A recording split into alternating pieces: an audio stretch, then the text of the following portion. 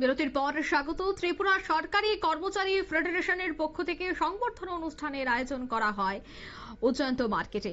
কার্যালয়ে সংবর্ধনা প্রদান করা হয় নবনিযুক্ত এবং নবনির্বাচিত মণ্ডল সভাপতি, তার সাথে সদর শহর জেলা সভাপতি অসীম ভট্টাচার্যকে।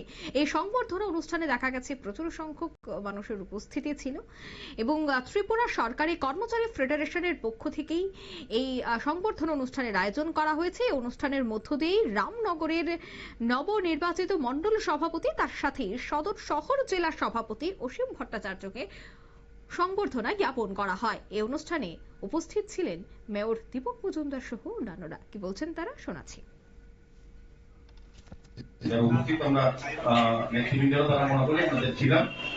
সাধারণত সম্মেলন হলে বা কনভেনশনের সময় একটা দাবি সনদ থাকে সরকারের বলে। আমি বলেছিলাম যে আমার ভাষণে সংক্ষিপ্ত ভাবে যে কর্মচারীরা তাদের যে দাবি এটা ন্যায্য। আমি সবটা পড়িনি, কারণ দাবি ন্যায্য থাকে যখন জেল যায়, কিন্তু এটা না সম্মান।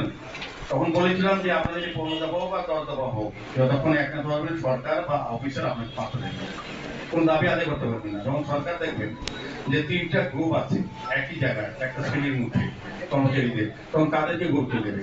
আপনি বলবেন ওকে বদলি করুন, আমি বলবো ওকে আটকা। তো সরকার সিদ্ধান্ত নেবে, সরকার সিদ্ধান্ত নেবে, আর আপনারা বলবেন যে কর্মচারী থেকে সরকার বা দল তাকায় না বা গুরুত্ব দেয় না। বিষয়টা এরকম। বিষয়টা আগে আপনাদের একত্রিত হবে, একটা জায়গায় আপনাদের সরকারকে এবং দলকে আনতে হবে। যেহেতু আপনারা সরকার এবং দলের মানুষের মধ্যে গ্রিজ হচ্ছেন কর্মচারীরা। সরকার যত বড় কর্মসূচি নেই, যত স্কিম নেই, যত পরিকল্পনা গ্রহণ করুক, এটা বাস্তবে অন্তিম ব্যক্তি কিন্তু পৌঁছে দেয় কিন্তু সরকারি। আপনারা শুনলেন মেয়র দীপক মজুমদারের বক্তব্য। ত্রিপুরা সরকারি কর্মচারী ফেডারেশনের উদ্যোগেই এই কর্মসূচির আয়োজন করা হয়েছে। সংবর্ধনা জ্ঞাপন অনুষ্ঠানের আয়োজন করা হয়েছে। ত্রিপুরা সরকারি কর্মচারী সমিতির সমস্ত সদস্যরাই এই সংবর্ধনা অনুষ্ঠানে উপস্থিত ছিলেন। নিয়ে নিচ্ছে ছোট্ট একটি বিজ্ঞাপন বিরতি, সঙ্গে থাকুন।